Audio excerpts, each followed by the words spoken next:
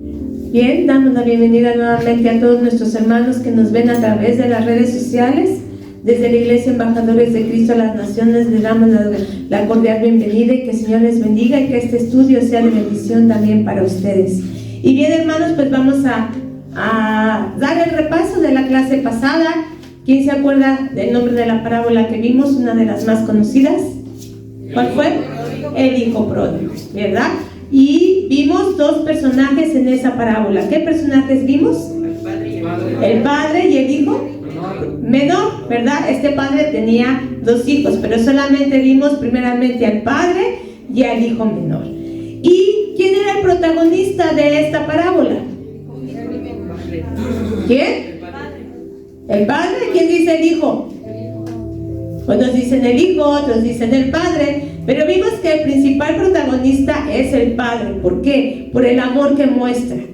Es una de las escenas más conmovedoras que hay en la palabra de Dios, de ver cómo este padre ve llegar a su hijo, ¿no? Quien había malgastado todos sus bienes por vivir conforme a su voluntad, quererse independizar, querer ya no vivir bajo las reglas de su casa, hacer lo que él bien quisiera. Pero vimos que al contrario, él fue y ¿qué hizo con sus bienes? Los invirtió, supo qué hacer con ellos. ¿Qué fue lo que hizo? Los malgastó, ¿sí? No sabemos cuánto era lo que a él había recibido, pero dice que lo malgastó todo. Y cuando se quedó sin nada, entonces él, dice la palabra de Dios, que volvió en sí y se dio cuenta del gran error que había cometido, y arrepentido regresó a la casa de su padre. Él quería que lo tratara nuevamente como hijo. Él llegó y no, pues ya llegué, papá, ¿qué crees? Que no me fue bien, pero pues ya regresé. No, ¿verdad? No regresó en esa actitud. ¿Cuál era su pensamiento de él? ¿Cómo él pensaba regresar? Igual, como jornalero. Como jornalero, ¿verdad? Dijo, no me llames, ya me voy. Y él había preparado todo un discurso, ¿no?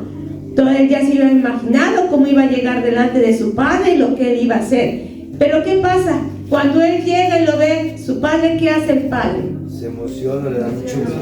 Lo viste. Corre, ¿verdad? No lo deja ni terminar de lo que él iba a decir. Apenas él lo vio llegar, lo escuchó sus primeras palabras y dijo, no me importa. Tú eres mi hijo, estoy alegre, y lo manda a vestir, le manda a poner anillo y le manda a poner sandalias. Estas tres características son muy importantes. ¿Por qué? Porque no todos usaban sandalias en ese tiempo, ¿sí? Solamente los hijos usaban sandalias, y el anillo significaba nuevamente, eres restituido al lugar que te pertenece. Y las vestiduras, ¿verdad? Lo vuelve a vestir como el hijo que era. Entonces, ahí vemos como este amor tan grande del padre para su hijo. Y vimos que el padre representaba ¿a quién? Pues a Dios mismo, ¿verdad? Y el hijo pródigo, ¿a quién representa? ¿A quién? A nosotros, a los pecadores, a los extraviados. ¿Se acuerdan que hemos estado viendo una secuencia de parábolas que hablan sobre algo que se extravió, algo que se perdió? La oveja, la moneda y en este caso el hijo pródigo. ¿Y se acuerdan ante qué auditorio estaba el Señor Jesús? ¿Con quién estaba él hablando de esto precisamente?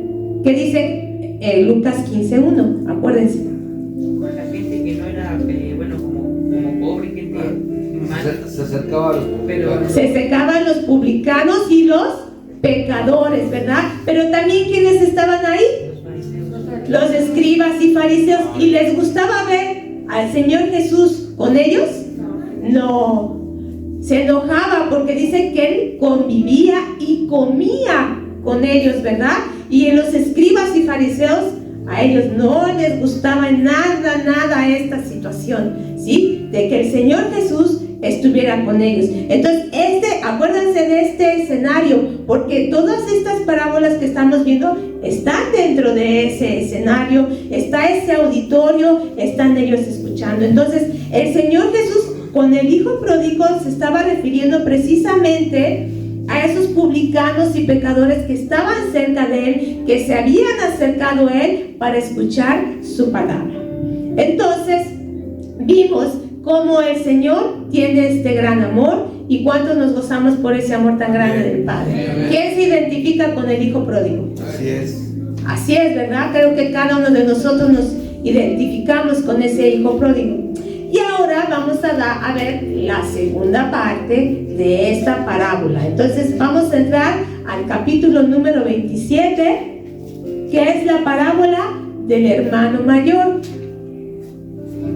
Pocas veces, en lo personal, he visto que se le dé énfasis a esta parte. Casi siempre en esta parábola, el mayor énfasis se le da a lo primero, a lo que ya vimos la clase pasada.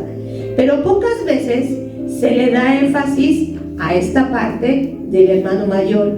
Y vamos a ver cuántos nos vamos a identificar con este hermano mayor y lo vamos a atender. Así es que para ello te pido que inclines un momento tu rostro y vamos a pedirle al Espíritu Santo que nos guíe en esta mañana. Bendito Señor, agradecidos estamos, Padre, por el perdón que usted nos ha otorgado a cada uno, Señor. Gracias por ese amor tan incondicional y tan grande que has mostrado para con cada uno de nosotros. Ahora te pido que por medio de tu Espíritu Santo abras nuestro entendimiento y estemos atentos a lo que tú hoy nos quieres enseñar. Que, Señor, no nos rehusemos, sino que tú hagas la obra en cada uno de nosotros y nos ayudes, Padre, para que si nos encontramos en una situación, reconozcamos y vengamos humildes delante de tu presencia. En el nombre de Cristo Jesús. Amén. Así que vamos a Lucas 15:24, que fue en donde nos quedamos la vez pasada. Y le vamos a dar lectura a ese versículo todos juntos. Dice: porque mi hijo muerto era y ha revivido, se había perdido y es hallado, y comenzaron a regocijarse. ¿Quiénes comenzaron a regocijarse? Aparte del Padre.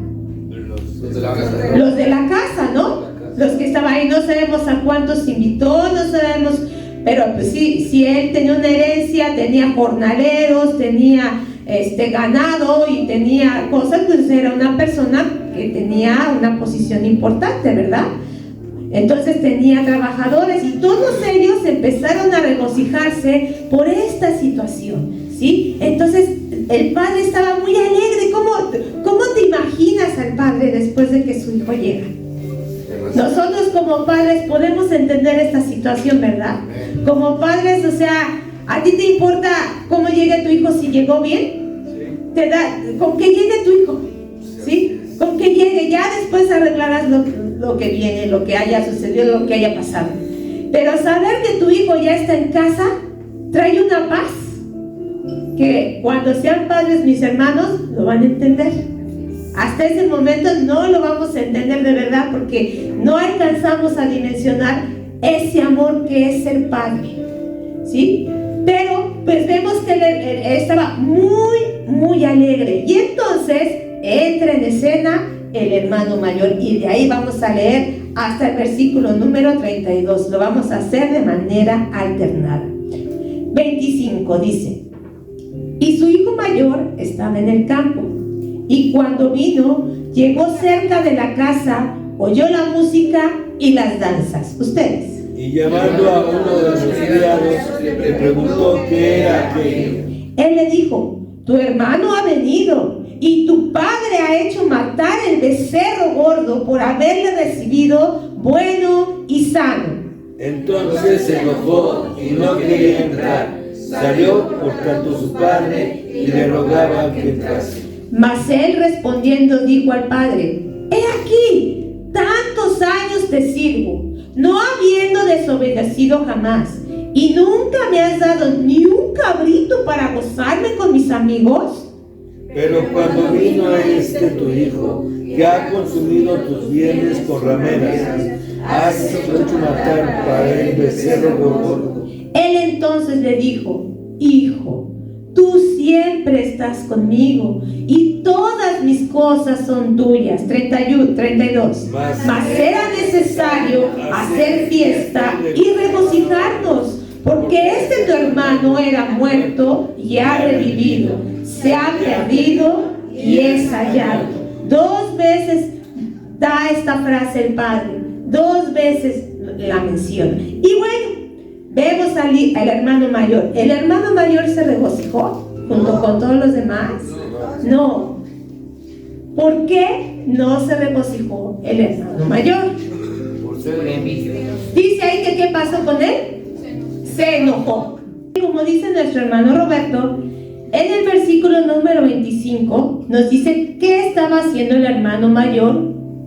¿Él qué estaba haciendo? Estaba trabajando ¿en dónde? En el campo.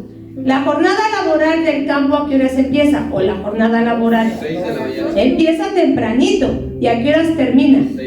Como a las 6 de la tarde. Entonces el hermano mayor no estaba en su casa cuando el hermano menor vino. ¿Ok? Él no lo vio llegar, ni cómo llegó, ni vio cómo se presentó delante de su papá. ¿Sí? O sea, él no vio la actitud del hermano menor. Él nada más llegó cuando la fiesta ya estaba. Y le dijeron, es que regresó tu hermano. Y como regresó bueno y sano y salvo, como decimos, por eso tu papá mató el becerro gordo. Todavía dicen el becerro gordo, ni siquiera el becerro gordo. ¿A ti qué es lo que más te gustaría en una fiesta? Que así que dices, yo quiero que cuando sea mi cumpleaños me den esto de comer. Barbacoa, carnitas, un buffet de comida, no sé. Haz de cuenta, eso le dieron al hermano menor, ¿no? Lo mejor. Entonces, pero el hermano mayor no estaba. ¿Qué hubiera pasado si el hermano mayor hubiera estado cuando él regresó y lo hubiera visto cómo regresó y la actitud que él traía cuando regresó? Porque el hermano menor no pidió que le hicieran la fiesta, ¿sí? No. ¿Pidió? No, ¿verdad? No pidió. Ay, muchísimas gracias. Ay, manita, Dios le bendiga. Gracias. ¿Sí? No vio la actitud del hermano, ¿sí? Ni vio cómo él llegó con él, y que el padre fue el que no lo dejó ni hablar, y el padre fue el que tomó la decisión de hacer la fiesta. ¿Crees que hubiera cambiado su actitud? Sí. O sea, como él llegó cuando la fiesta ya estaba, por eso se enojó. No tenía la información completa, ¿o sí? No. Ahora, él como hermano mayor, ¿salió a buscarlo? Ahora, si en lugar de la noticia de que él había regresado bueno y sano, le hubieran dado la noticia de ¿qué crees? Que vinieron y dijeron que tu hermano está en la cárcel. ¿O qué crees? Que tu hermano está en el hospital. Lo golpearon. ¿O sabes qué? Está tirado por allá. ¿Qué hubiera hecho? Hubiera corrido a ver a buscarlo. ¿Qué hubiera hecho? Sí, le hubiera dado felicidad, le hubiera puesto muy contento. ¿O le hubiera valido igual? Claro. ¿Sí? Pero la noticia fue que llegó bueno y sano. ¿Sí? Entonces, veamos esta situación. Él no tenía toda la información. Él solamente se quedó con lo que le habían dicho. Ahora, él, al igual que su hermano menor, ¿recibió herencia? A ver, ¿quién dice que sí? ¿Quién dice que no? Sí. Sí, porque en el momento de que él pide la herencia se le reparte a los dos. Ahora, al hermano mayor le tocaba lo mismo que al menor, por ley. No, al hermano mayor le tocaba el doble. Entonces vamos a suponer que para ese momento el hermano mayor ya tenía también posesión de su herencia, ¿sí? Lo que había allí ya le pertenecía. Entonces, ¿se habrá enojado de que agarraron de lo suyo para hacer la fiesta a su hermano? ¿Qué piensan? A lo mejor no, porque a lo mejor parte de eso era también ya de él. Y como decía nuestro hermano Roberto, como hermano mayor tenía ya autoridad sobre las cosas. Aunque el padre no había fallecido, el padre ya había entregado una herencia. Y puede ser que él se hubiera enojado de que, pero es que eso era mío, eso era parte de mi herencia. También, tal vez por eso también él se enojó. Entonces, con todas estas premisas, hermano, sigamos analizando esto. Entonces, el hermano mayor se encontraba trabajando. Vemos, esto es una buena cualidad de él. Él era trabajador, él era responsable, él no fue a ver. Aquí no dice que él fue y malgastó sus bienes, sino al contrario, se quedó en la casa obedeciendo a su papá y seguía trabajando, ¿sí? Entonces, versículo 26 y 27 dice: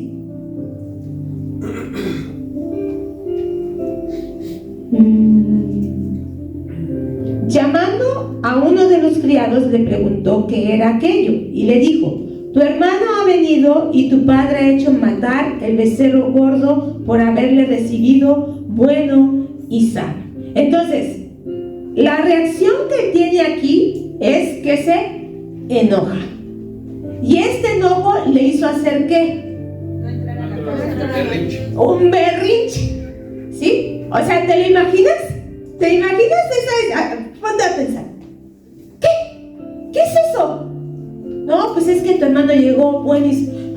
o sea, ¿qué le pasa? ¿Por qué? Entra, ven a la fiesta. No, yo no voy a entrar. No, yo no voy a entrar, yo me quedo aquí. ¿Cuántas hemos reaccionado de esa manera? ¿Cuántos cuando nos enojamos hemos hecho berrinche? ¿Ah, sí? No, pues ahora yo no voy. Ah, sí, pues ahora yo no lo hago. ¿Sí? Él se enoja y hace berrinche y no quiere entrar a la celebración. Y entonces, ¿qué hace el padre? Lo deja ahí. ¿Qué va? A rogarle: mi hijo, entiende, tu hermano estaba mal, que no ves, que qué bueno que...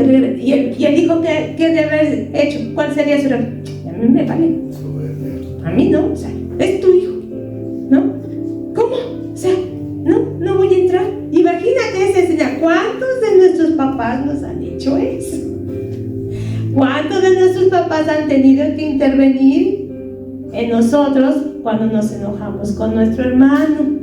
Cuando no queremos hacer bien las cosas. ¿El padre amaba más a uno que a otro? No, él amaba a los dos por igual. Pero ¿qué pensaba el mayor? ¿Qué pensaba el mayor por su actitud? Que quería más al hermano menor, ¿sí? Que quería por su actitud, ¿sí? Y ahorita lo vamos a seguir viendo, ¿ok? Bien, ahora les vuelvo a preguntar: ¿su enojo era justificado? Los que habían dicho que sí, ¿su enojo era justificado? Bien, lo vamos a ir viendo. Eso me gusta, que lo vayamos pensando, que lo vayamos analizando, ¿sí? Muy bien. Después dice que él, enojado, se queda fuera de la casa y no quiere entrar. El hermano menor se fue de la casa a malgastar sus bienes por decisión propia. ¿Qué significado tenía salir de la casa o tiene salir de la casa? Te sales de la cobertura. Te sales de la cobertura, te sales de la protección, te sales de la seguridad. El hermano mayor se salió también de su casa, se quiso quedar fuera de... Dice que él se quedó fuera de la casa por el enojo que tenía. Ya no quiso entrar a su casa, ¿sí? Por estar enojado, ¿sí? Aunque él vivía ahí y aunque él gozaba de eso, él también se quedó fuera de la casa. No sé cuánto tiempo, ¿sí? Pero también se quedó fuera por decisión propia y por estar enojado, ¿sí? ¿Cuántos de nosotros, cuando nos enojamos, no queremos venir a la iglesia? Por enojo, no, ya no voy.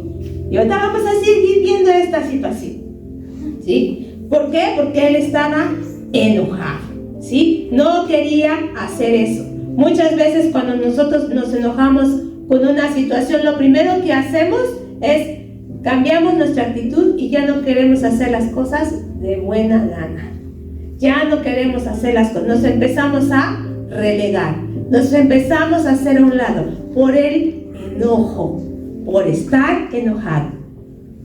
Mientras que el hijo menor representa a los publicanos y pecadores que vienen a Dios arrepentidos por medio de nuestro Señor Jesucristo, el hermano mayor representa a los escribas y fariseos, los cuales no soportaban la idea de que los gentiles fueran partícipes de los privilegios divinos.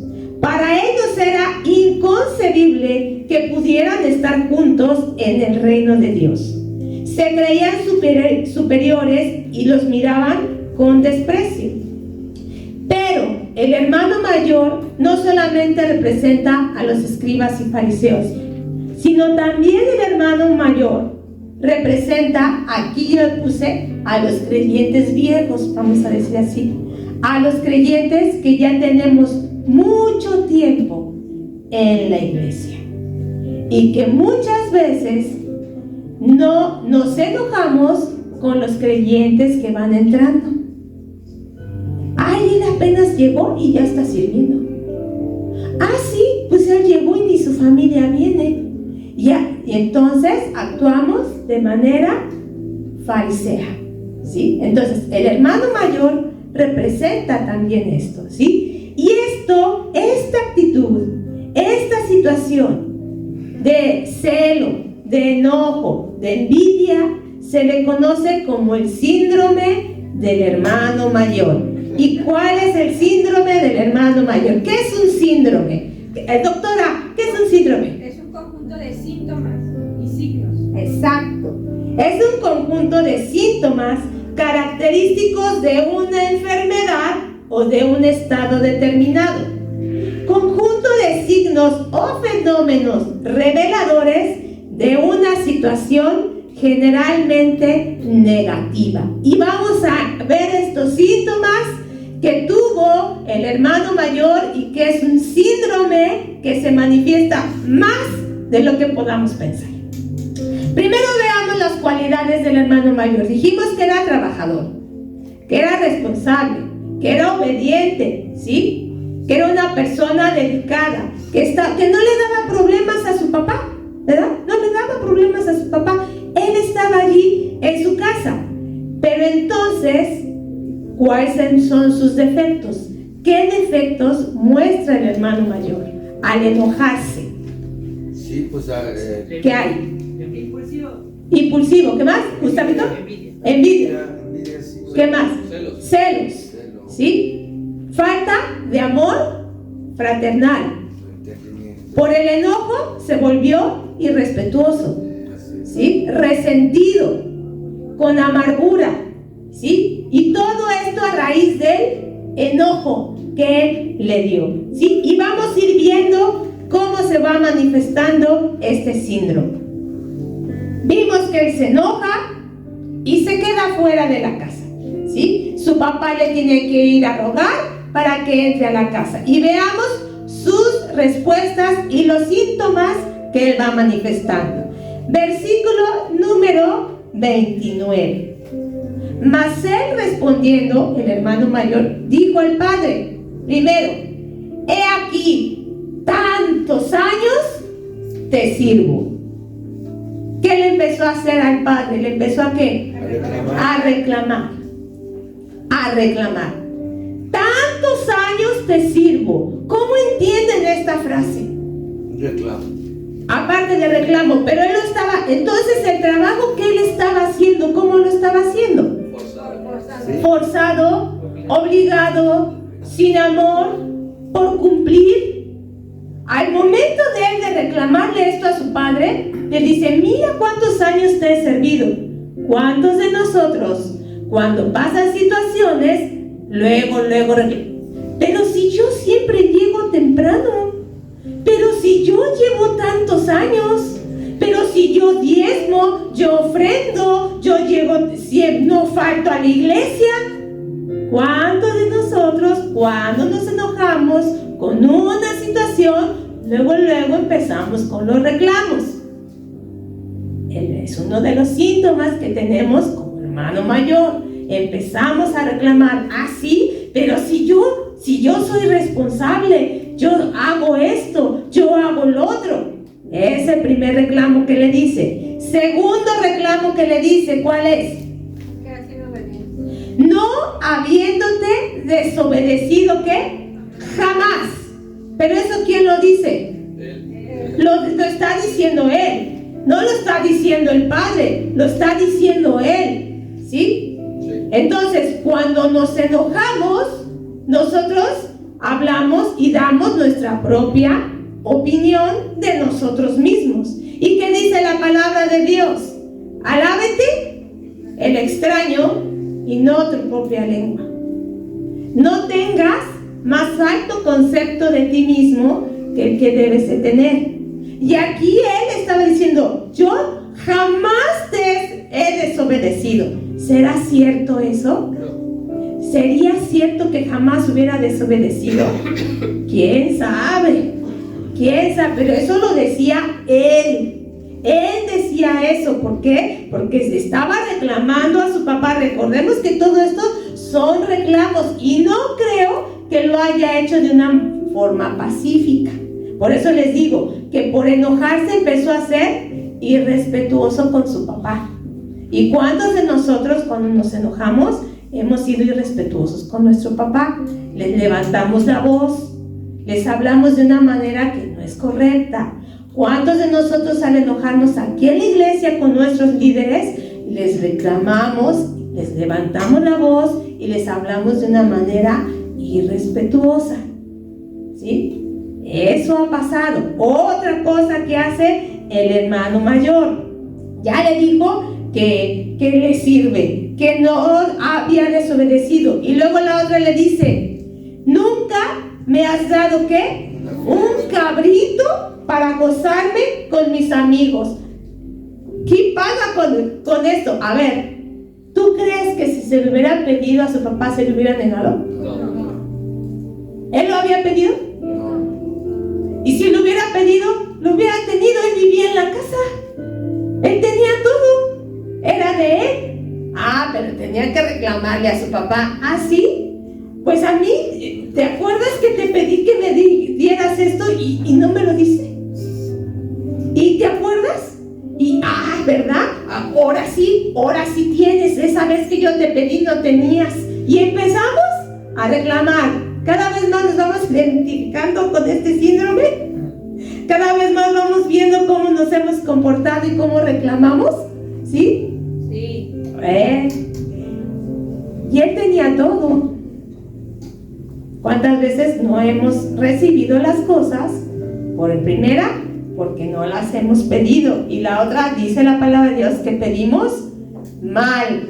Porque pedimos para nuestros deleites. Pedimos para lo que no es correcto, ¿sí? Por eso a veces Dios no nos da las cosas. Pero si el Padre sabe de qué tienes necesidad, dice la palabra de Dios, que te lo va a dar. Y si tú te acercas a tu Padre de una manera correcta, ¿te va a negar las cosas? Cuando tú te acercas a tu papá, ¡ay, papi! ¡O ay, mami!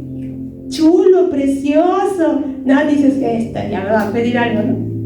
Ya sabes cómo pedirle al Padre, sabes cómo acercarte al Padre, ¿sí? Pero aquí el hermano mayor estaba, vean hasta dónde estaba su enojo. Y no sabía la situación. Es que es lo peor de todo, él no supo cómo estuvieron las cosas, nada más se quedó y todo esto era lo que le empezó a desatar, porque eso ya estaba en su corazón. Fue un detonante lo que pasó. Él ya traía eso en su corazón, no fue en ese momento. Y después, vean cómo dice el versículo que sigue, dice, pero cuando vino, ¿quién? Mi amado hermano. ¿No, verdad? O mi hermano. ¿Cómo le dice? Tu hijo. ¿Cuántos hemos contestado de la misma manera? ¿Cuántos? Sí, tu hijo, tu consentido, tu sololoy, ¿no?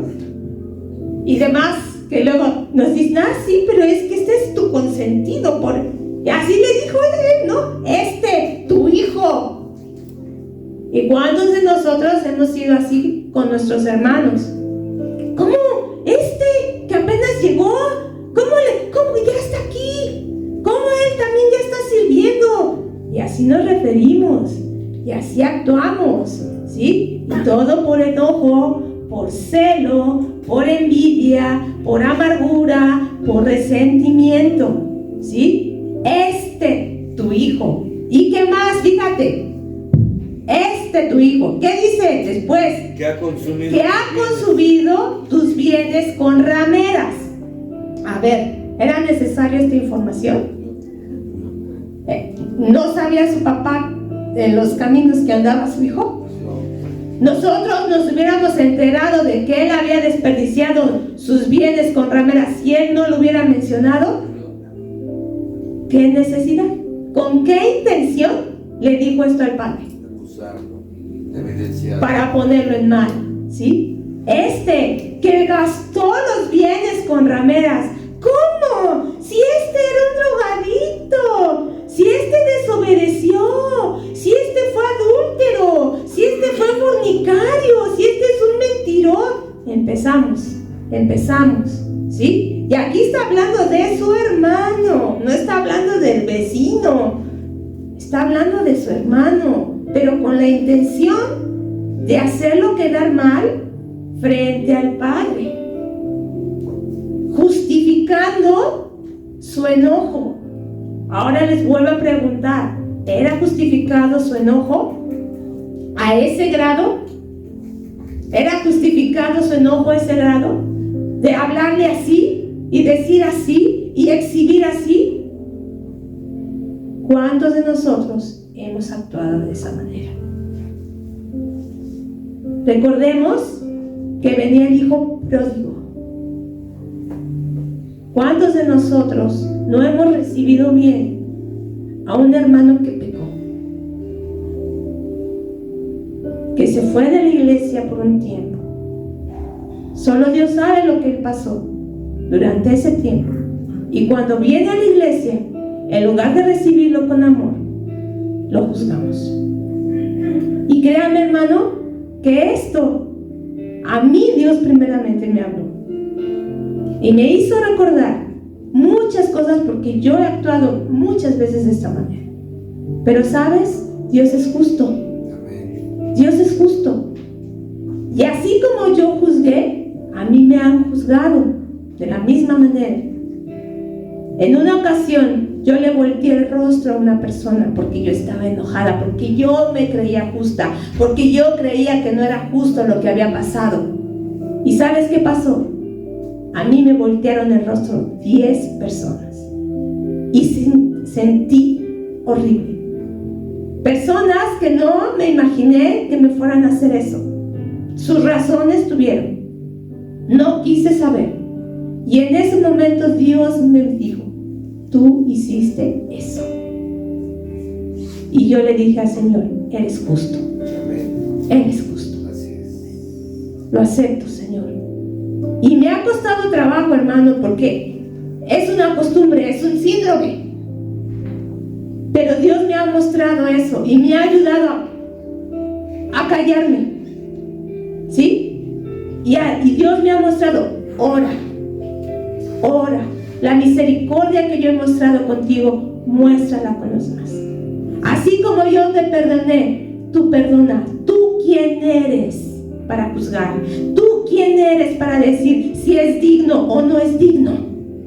Si Él nos ha perdonado y Él te ha restituido, ¿por qué juzgamos de esa manera? Aquí, a través de esta actitud del hijo, ¿sí?, vemos ese síntoma. ¿Cuántos nos sentimos identificados con este hermano mayor? ¿Cuántos hemos actuado de esa manera y hemos sido envidiosos, celosos, amargados, resentidos? Porque para mí no es justo. Para mí. Pregúntale a Dios si es justo y Él te va a dar la respuesta exacta. Él no se va a equivocar. Pregúntale si es justo o no es justo. ¿Cómo estamos delante del Señor? Y entonces el padre, oyendo todos sus reclamos, pero todavía dice que ha malgastado con rameras, has hecho matar para él el becerro más gordo, y le vuelve a decir: hacia él le has dado lo mejor. Y fíjate cómo contesta el padre. ¿Qué le dice el padre?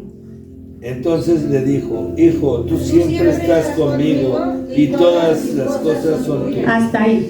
¿Qué le dice? Con amor, con misericordia. Hijo, tú siempre estás conmigo y todas las cosas son tuyas. Todas las cosas son tuyas. ¿Qué tenemos que hacer para activar esas bendiciones? ¿Qué tenemos que hacer? Ser humildes, ser obedientes, tener esa misma misericordia que el Padre ha tenido para con nosotros. Y le vuelve a decir: mas era necesario hacer fiesta y regocijarnos, porque tu hermano era muerto y ha revivido, se había perdido y es hallado. ¿Te hubiera gustado que alguno de esos hermanos que se fueron y pecaron por cualquier situación, llámese como se llame, ya no estuvieran vivos y se hubieran perdido en el infierno? Por no haber dadoles el Padre la oportunidad de arrepentirse de su pecado. ¿A ti te hubiera gustado que eso hubiera pasado? ¿A ti te gustaría que te juzgaran de esa misma manera? ¿Por qué somos así, hermanos? ¿Por qué somos así? Porque tomamos una posición que no nos corresponde. Solo el Padre tiene esa posición. Tú y yo, hijos. Tú y yo, siervos. Tú y yo, humildes delante de Él. Él sabe lo que hace y lo que no hace. Mejor ora por tu hermano, ora. ¿Cuánto énfasis hizo el Señor Jesús en el amor fraternal, hermano? ¿Cuánto énfasis hizo Él en eso? ¿Por qué? Porque fue uno de sus mayores énfasis. Y oró por ello.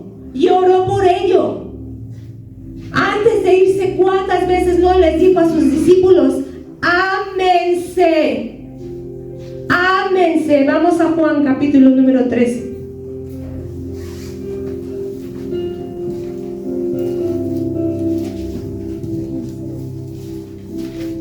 Versículos 34 y 35.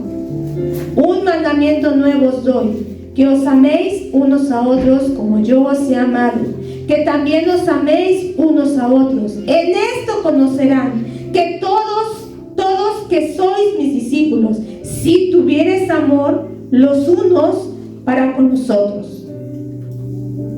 ¿En qué se iban a dar cuenta de que somos discípulos? ¿En tu conocimiento? ¿En tu sabiduría? ¿En tus señales? ¿En tu elocuencia? En el amor. En el amor. ¿Cuántas historias vienen en la palabra de Dios de enemistad entre hermanos y cómo terminaron muchas de ellas? Tenemos a José con sus hermanos. ¿Qué pasó? ¿Lo querían? Dice que no podían ni hablarle pacíficamente. No lo resistían, no lo soportaban. ¿Y qué terminaron haciendo con su hermano? Lo vendieron. ¿Y todo por qué fue? Por envidia. Él tenía la culpa de ser el menor, de recibir esos dones. Hacía cosas. Sí, dice que iba y acusaba a sus hermanos a veces, ¿no? Pero eso se lo mandaba a hacer ¿quién? Su papá. Su papá le mandaba a hacer eso. De que le regalara una túnica de 12 colores. No, ¿verdad? ¿De colores? ¿Sí? Es el Padre, Él hace lo que quiere. Él es soberano. ¿A ti qué? ¿A ti qué te ha dado el Señor? ¿Por qué siempre miramos? Ay, es que tú le diste. ¿Y tú qué tienes? Eres también hijo y todas las cosas son tuyas.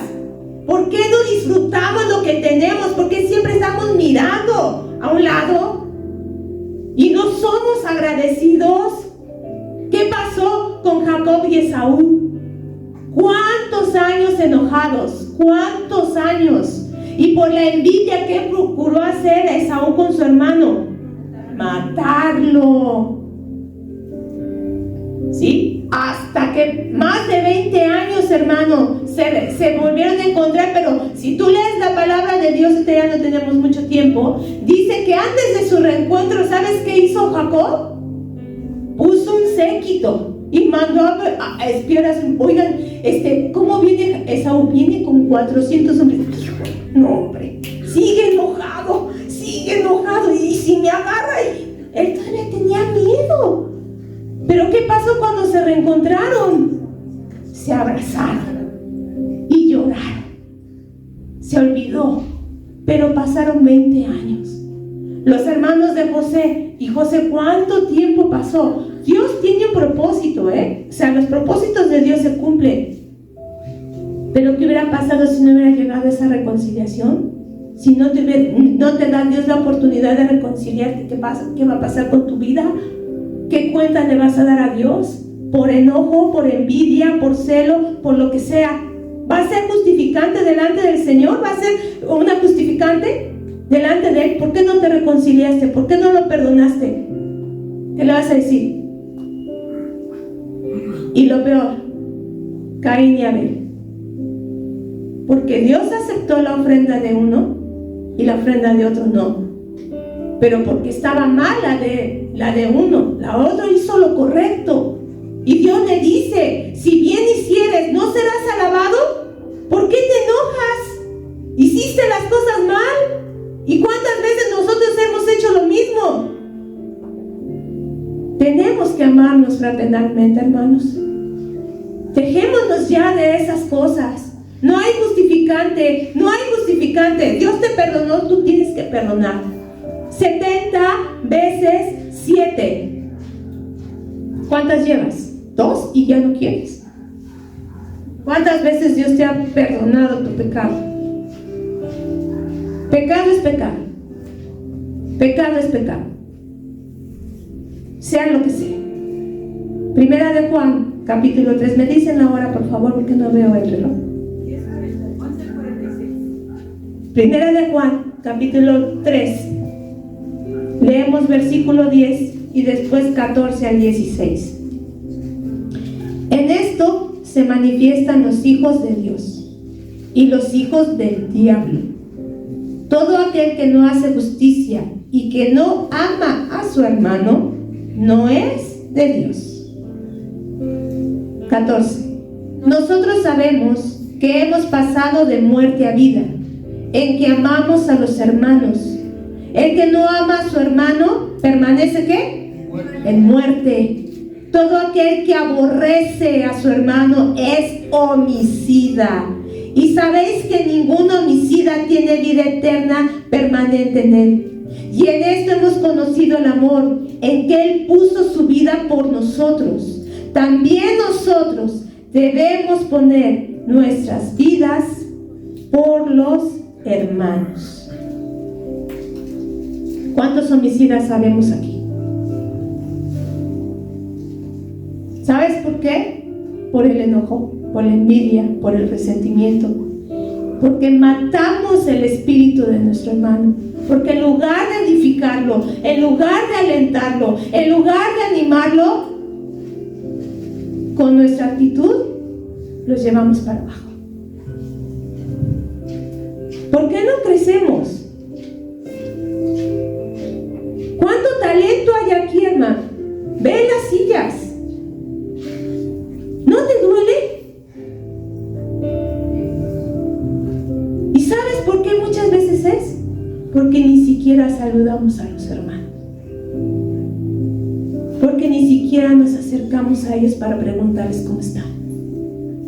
Hay quienes llevan años, hermano, que están sin servir en la iglesia. ¿Sabes por qué? Te has acercado y le has dicho, hermano, ¿por qué no has servido? ¿Por qué no has venido? ¿Lo hemos hecho, hermano? No. Estamos muy cortos en nuestro amor fraternal, hermano. Y hoy Dios está hablando a tu vida. Espero que así sea. El síndrome del hermano mayor es más grave de lo que podemos pensar. Aquí no nos dice la palabra de Dios si sí entró o no entró a la casa. Aquí no nos dice si sí se gozó o no se gozó con su hermano y con su papá. No nos quedemos fuera, hermano, por el enojo. No nos quedemos fuera, por favor, hermanos. Entendamos lo importante que es amarnos. Y si tenemos que ponernos a cuenta, te pido de favor, si esta palabra llegó a tu corazón, no pase el día de hoy. ¿Sabes si vas a vivir mañana? ¿Sabes si vas a tener otra oportunidad? No lo dejes pasar, por favor. ¿Queremos que Dios se manifieste? ¿Queremos que Dios avive su obra? ¿Queremos que Dios nos dé más? ¿Cómo nos va a dar más si hay pleitos, si hay celos, si hay contiendas, si hay envidias? Eso, en lugar de atraer la presencia de Dios, eso le aleja. Y como padre, si nosotros, ¿se siente bonito ver a tus hijos peleados? ¿Qué procuras hacer? Reconciliarlos de la manera que sea. Y nunca les vamos a dar gusto, porque siempre decimos, es injusto a nuestra manera, pero no hemos estado en esa posición. Quienes somos padres sabemos qué feo se siente ver a nuestros hijos peleados. No hay paz, no fluye la bendición de Dios en nuestras casas. Mas cuando viene la reconciliación, cuando somos humildes, no importa cómo te va a contestar. No, muchas veces ponemos esa excusa, es que se va a enojar, es que no te importe. Tú haz lo tuyo, tú obedece la palabra, tú haz lo que Dios te ha mostrado. Él se encargará de lo demás. Da el primer paso. No dice, espérate a que tu hermano que tiene algo venga con. Dice, si tú sabes que tiene algo contra ti, tú ve. Deja tu ofrenda. Nuestra ofrenda no vale, no sirve, no es agradable a Dios si no estamos en paz con nuestros hermanos, si no estamos en paz con nuestros líderes, si no estamos en paz con nuestros padres, si no estamos en paz con quien tengas un problema. El amor cubre multitud de pecados. El amor. Ponte de pie, hermano. Te pido, mis hermanas de alabanza, si no pasamos. Oh Señor.